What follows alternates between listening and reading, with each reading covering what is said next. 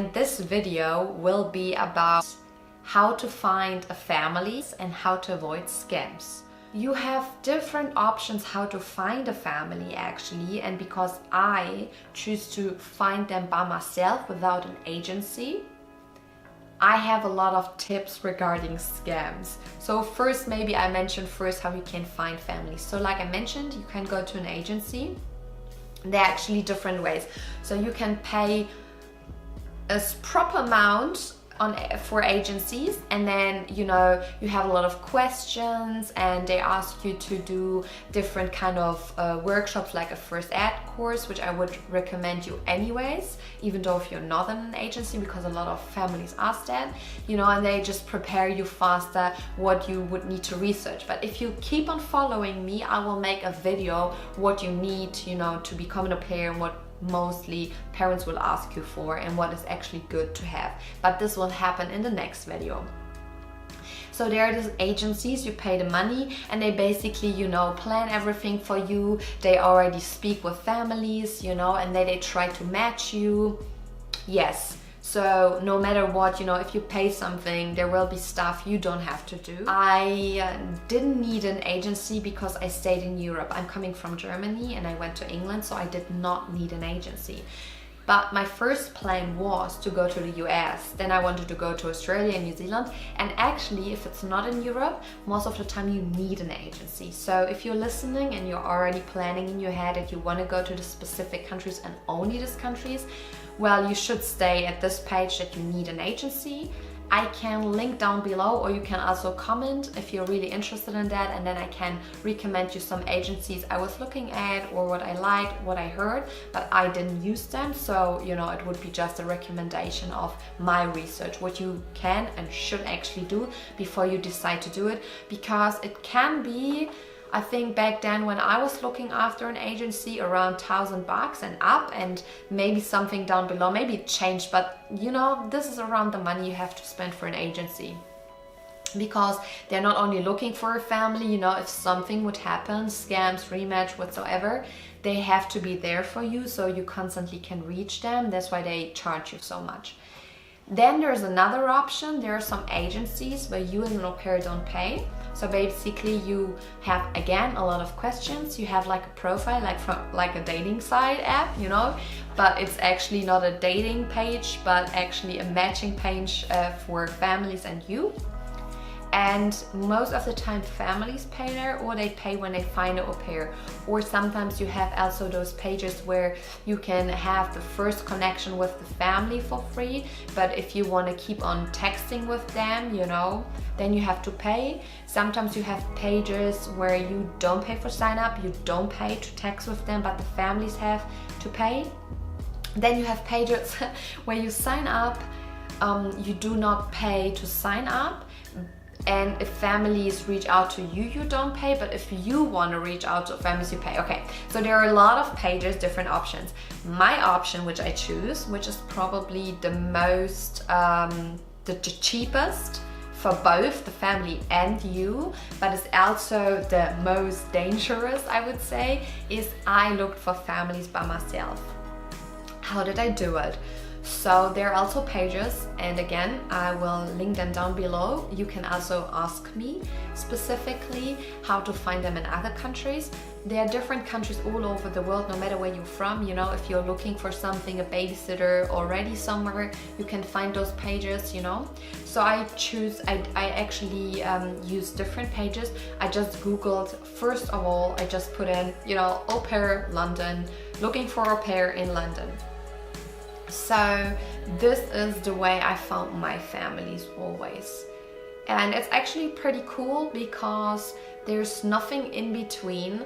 You can reach out to them, it goes back, there's no agency in between, there are no costs in between. Yeah, but it's dangerous because at the end, also with dating or Facebook, this could be someone who is just a scam, I don't even want to imagine what or who could be there trying to scam you, pretending that you're family, but at the end you come there and there are no kids and maybe no family, you know what I mean?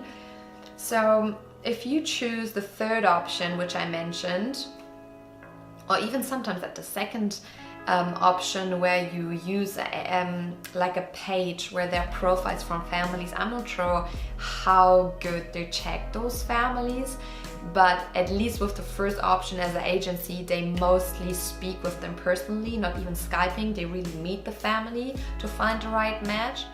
So with the second and third option, I would say it is dangerous in this case that first of all, it might be a total scam.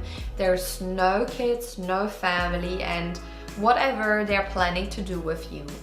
Nothing happened to me, and why not? If you reach out to those families, first of all, never write too many personal details if where you correctly live with your whole address. The only thing you can mention is the country, but no address whatsoever. Never mention your full name, never mention your phone number, you know? The safest way is really if you start wanting to be an au pair, and you know, I'm telling you this process, I don't know anyone which process was just so quick. It might happen in agencies, but again, talking about especially the second and third option, how to find a family, it will be a long process. You take it serious. You want to stay with them for a year, maybe even longer. You want to feel really comfortable. Just think about a 3-day trip somewhere with people you don't know. Like, this can be horrible, you know? So maybe you make your own email only for that regarding au pairing, and a Skype name only regarding au pairing. Email and Skyping is good because then you can write with them, and if you feel confident and there's a match, or you feel like, oh okay, I really like them and I want to go to the next step, what should always be the case, if you text with them first and then you talk to them. And instead of talking at the phone, because you can really see the connection first when you see someone, I would suggest Skyping. Maybe there's another, you know, tool you can use when you can see someone. I think there's FaceTime or something like that. Once you start talking to them, you know, ask them about the kids, what their routines are, what their jobs are, who they are looking for how many hours, how many days. Be specific. Maybe they want you to teach the kids playing piano, but you are not like doing anything with music whatsoever, or you are really sporty and the family and the kids are not at all, or the other way around, they are crazy sporty and you are not. Like, how does this work? I mean, obviously we can push ourselves, but can you push yourself every day for a year?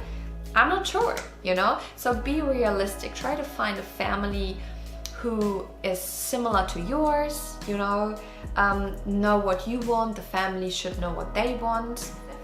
And if someone starts giving you like, oh, we will see, or some like blurry, you know, answers, leave it. You know, obviously we have the cultural exchange, that's why you're there, but be sure and be honest with yourself if you want that, and if the family wants that. Those things are really important to discuss up front, and how to avoid scams, as well as if you start talking about habits. And again, if there's something blurry, no matter when you talk, leave that.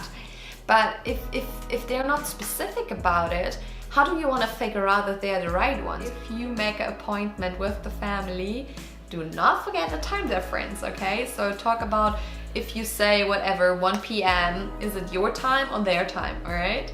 So when you talk to them, I will make another video about that, but this is the first thing that you will see who is there. So hopefully there is a family, maybe the couple, you know, who knows, but if it's a couple, you know, then you see the dad and the mom, and maybe in the background you hear the kids, you know. Maybe you should actually choose a day where there's the weekend. So especially, I mean, if it's not a baby, but even if it's a baby, you should maybe choose a Saturday or Sunday, because most likely the kids will be there. Ask the family if you can have a small chat when the kids are around or would be around, to say hi, you know, because then you see if there are kids, if there is this couple, how they interact, you know. Because if it's during a day where the kids are not there, do they really exist? Is this a freaky couple or not, you know? But even though it's the first call, I would never only have a first call, at least a second and a third call to decide. Again, remember, you want to live with this family. Ask for pictures of the room, you know, you will be in, what is inside, you know, and so on.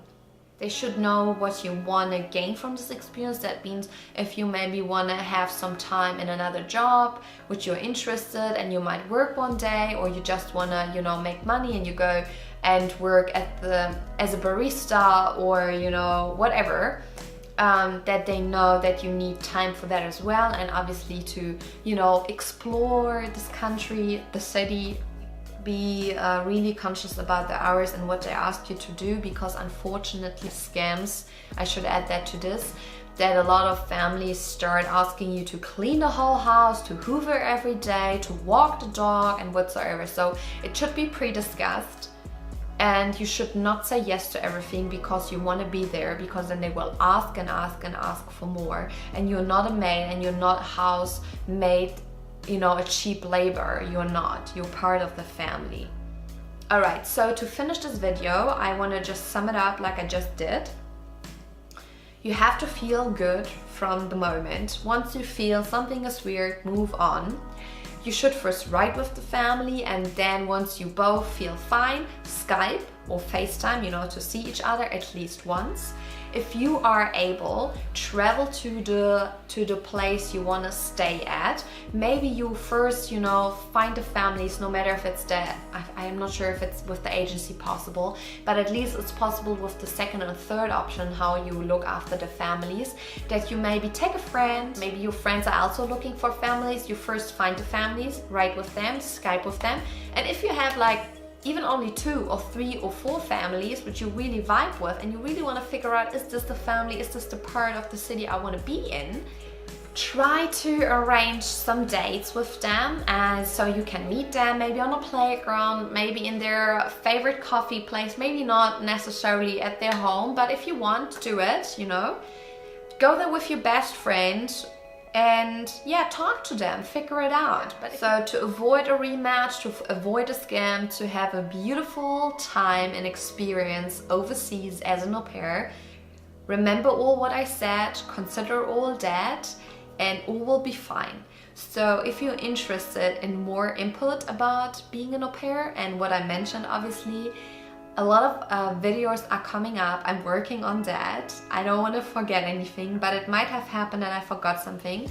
So if you have any questions, comment below and I try to answer them all. Stay tuned, and I hope you liked it. So please like, subscribe, put the bell on so you will be the first one to know about my next video. And I'm happy that you tuned in and I hope you liked it. Bye!